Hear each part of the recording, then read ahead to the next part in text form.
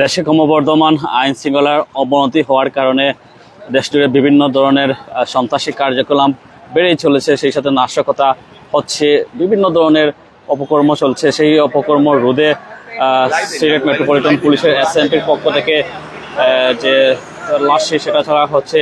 এখানে যারা এই রোড দিয়ে যাচ্ছেন তাদের কাউকে আসলে পাস দেওয়া হচ্ছে না, তাদের সবাইকে কারণ দর্শাতে হচ্ছে, লাইসেন্স দেখাতে হচ্ছে, হেলমেট দেখাতে হচ্ছে, সব কিছু আসলে দেখিয়ে তারপর নেওয়া হচ্ছে। এই মুহূর্তে বলা চলে যে নিরাপত্তার যে তল্লাশি করার নিরাপত্তা ব্যবস্থা সেটা জোরদার করা হয়েছে। একজনের সাথে কথা বলছেন নিরাপত্তা বাহিনীর এখানে নিরাপত্তার যে কড়াকড়ি যে আপনারা দেখতে পাচ্ছেন, পুলিশ বহর, বিশাল যে বহর, সেই পুলিশের বহর আপনারা দেখতে পাচ্ছেন লাইন দৌড়িয়ে আসলে পুলিশ বহর যাচ্ছে, যাতে করে সিলেটের নিশ্চিন্ত নিরাপত্তা ব্যবস্থা জোরদার করা যায়, যাতে করে কোনো ধরনের বিশৃঙ্খলা বা অস্থিশৃঙ্খলা তৈরি না হয়।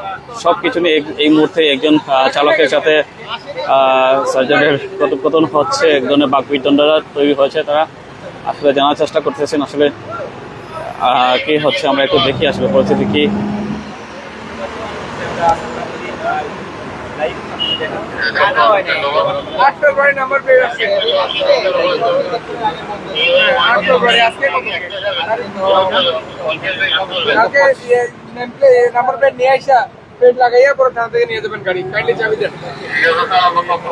এই মুহূর্তে আসলে ওনার কাছ থেকে গাড়িটি জব্দ করা হচ্ছে। উনি আসলে কাগজপত্র দেখাতে ব্যর্থ হন, তার কারণে আসলে এই মুহূর্তে আমরা যদি বলে থাকি সবাইকে এই পথ দিয়ে যারা যাচ্ছেন তাদেরকে আসলে আটক করা হচ্ছে, বা তাদেরকে আসলে বিভিন্ন গাড়ি আমরা ইতিমধ্যে দেখেছি আটক করা হচ্ছে। তাদেরকে জিজ্ঞাসা করা হচ্ছে কেন বিষয়টা করা হচ্ছে। আমরা একটু দেখাই।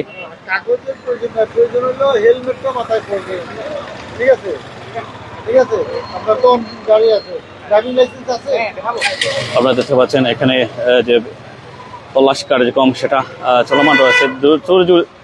যে ব্যবস্থা সেটা আসলে চলছে। আইন শৃঙ্খলা বাহিনীর যে তৎপরতা সেটা আসলে প্রশংসার দাবিদার। আমরা একটু দেখাই আপনাদেরকে সবাইকে। সিলেটে যে কথা বলতেছিলাম, নিরাপত্তার চাদরে ডাকা হয়েছে পুরো পথ, যাতে করে যে করা হয়েছে একটু দেখাই। এখানে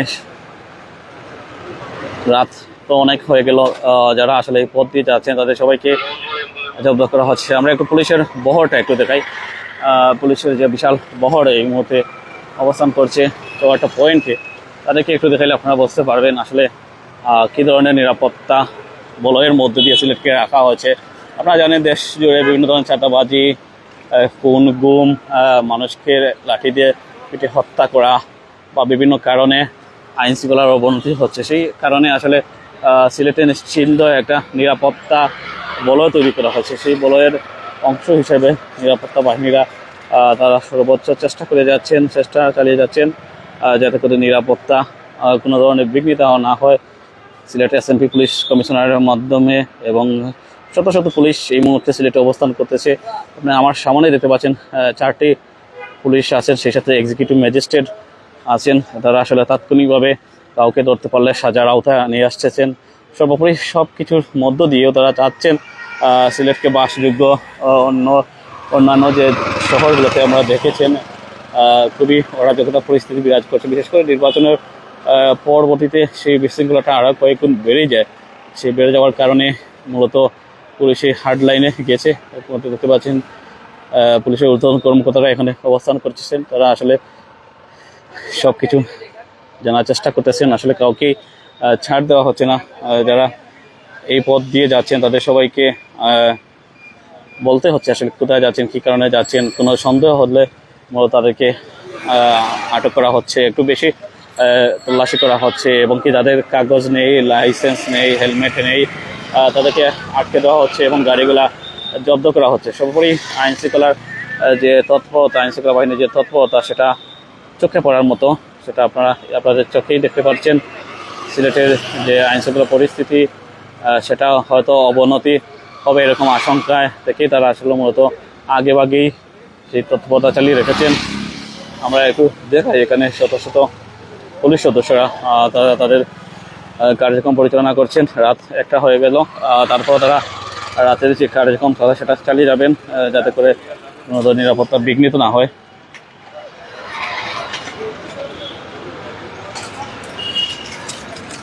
সো যে কথাটি বলতেছিলাম, আপনারা আমাদের সাথে আসেন।